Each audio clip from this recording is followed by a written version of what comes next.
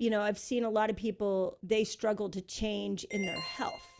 And I mean, this is, I would say, definitely a path that I've watched millions of people, and they justify where their health is at. So they're like, oh, I'm not that overweight. I'm not that sick. It used to be worse. And so we justify to allow ourselves to stay in situations that don't work. Yes. So one of the concepts in all of my work is around underlying commitments. So the way this works is whenever there is a discrepancy between what I say I want and what I'm actually experiencing, there's an old, outdated underlying commitment in the mix. So even if it's as simple as, I say I want to, change my relationship to my health, but what I'm experiencing is not getting off the couch and eating shitty food, Yeah. This or is, whatever, yeah, right? This is the Right. reality This is the I work reality. with every day. Exactly. What we have to start looking at is the choices we're making and the actions we're taking that take us away from what we say we want, and that are in line with what is actually happening. So we start looking at understanding, even though I say I want to change my relationship to my health and live a healthy life, I'm actually more committed to comfort. I'm more committed to struggle. I'm more committed to whatever it might be. I'm more committed to being invisible. So we have to look at that. And that old, outdated commitment served us when we were young. It served us in childhood at some point, or else we never would have made this promise to ourselves.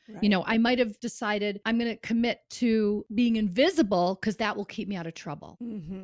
So we have to honor that we made that commitment at one time. And then we have to acknowledge that commitment that we made as a child is now the seed of our self-sabotage as an adult. The very thing that kept us safe when we were young at one time is now pulling us down. Are there questions you can ask yourself to get, because it's interesting, it's sort of the reverse of what I do with people when I'm trying to get them to the why they want to be happy or why they want to be healthy. It's like, give me your why. And what I've learned over the years is that you give me somebody with a big enough why to be healthy, and I can get them well like that. Like, it's so easy. But if you give me somebody who says they want to lose weight, that says they want to be healthy, but they can't tell me why from an emotional standpoint, I actually know I'm in trouble, that we are not going to move forward with that person's health. Yes. So this is where I would say I'll bring in what I have coined my transformation equation. Change equals vision plus choice plus action. Okay. So I would say the vision piece correlates with the why and the what of life do you envision, or how do you envision your life being different if the change you make is in relationship to good health? What do you envision? What becomes possible for you? What's available to you?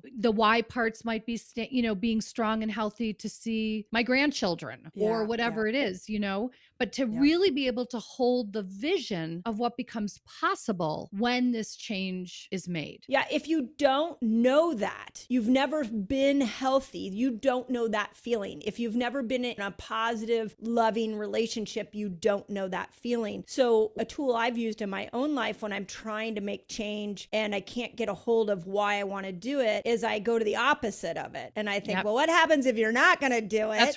That's right. Exactly. Same. Exactly. Because every single choice we make and every action we take does only one of two things: serves our vision or sabotages it. So when we're looking at the vision that we're holding, every choice we make is going to have consequences in one direction or another. So that's similar to what you're saying. If I make no changes, what does my life look like in 5 years? If I make the changes I want to make, what does my life look like in 5 years? Right. So our vision, and when I'm talking about vision, I like to hone in on something specific. It doesn't have to be the vision for your whole entire life. It can just be a That's slice. What I right. It's I like to take a big chunk of life and just figure it all out. But go ahead. See, right. I don't. I like a slice. I like something that feels like manageable. So I like a slice of my vision as it relates to my health, and then being able to see the capacity expand for what's available. But then that vision becomes the gauge by which I make my choices and take my actions. So if I'm really holding around the vision or the why, like you said, then because we're making choices every single day, we're taking actions every single day that will impact our health. Every minute. a day, many a Yeah. day. So to at least stay conscious to that, like if I Mm, make this choice, what's going to happen? If I make that choice, what's going to happen? If I take mm. this action, am I getting closer to my vision? If I take this action, am I moving farther away from my vision? And so we get to, in each moment of choice and action, consider the vision. Let that be the Yes. gauge. Okay, so that's what I'm thinking, reflecting back to you, what I'm hearing is that where change starts is in the vision of Yep. what you want in your life. Yes. And this is where, as somebody who loves division, I'm Yeah. like, oh, okay, I can get behind this now. I can think about, okay, this is what I want life to look like on Right. a relationship level, on a money level, on a health Yep. level, like on a family level. Like I could easily spout off all of those. But where I think I might fall, my ability to change falls apart is when on a day to day, if I come up against something that doesn't match my vision, I Yep. have to first like be aware that it doesn't Yes. match my vision. Yes. Like having dessert at 9 o'clock at night Yes. doesn't match my vision of how I want to go into a fasted state the next day. Right. So I have to be aware of it. And then I have to make the bold choice That's right. that I'm going to change. That's right. And that's the thing, because so many of us are running on autopilot. So many of us Yeah. live detached from our own experience. Yeah. We all have these avoidance strategies, many of which are food, alcohol, drugs, or work, or exercise, or shopping, or, there's can be anything. But really, all that avoidance, they're all the same in that, what am I doing so that I can avoid feeling or dealing? Ooh. So if I'm just putting my head down into work because I don't want to feel or deal with whatever is sort of knocking at me, that is the indication of I need to take a pause. I need to address what is knocking. I need to have a look here so that I'm not just going on autopilot. And the same, it's like reaching for the fridge. Stop, Yeah. pause for 3 minutes or 5 minutes, even journal. What do I not want to feel or deal with right now that's having me want to numb out in some way? So with the fridge example, Mm-hmm. one of the things that I have seen about food is it often is filling an emptiness inside of us. So when we stand in front of the fridge and we have committed to maybe go into, this is so much of what I've seen with fasting. Yeah. We've committed to go into a 15-hour fast. It's only 10 hours in, and we're looking at the fridge and all the emptiness is coming up. Yes. And we don't have anything to feed ourselves to just quiet those empty feelings. That alone can be almost too humanly difficult to handle. Yes. Depending how deep, how far down the hole of emptiness that goes. So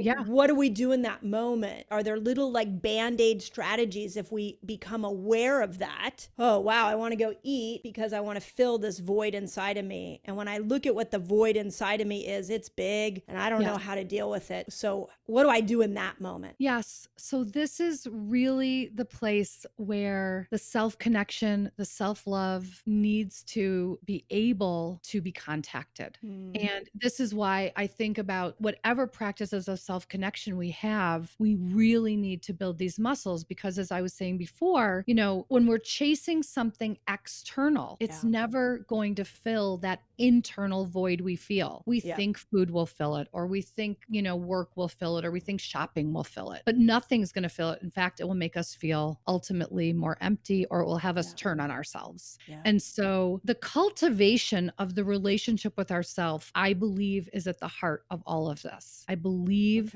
we have to be able to rely on ourselves. And again, this can be cultivated by really listening to, how am I talking to myself? How am I avoiding what feels true? How I beating myself up?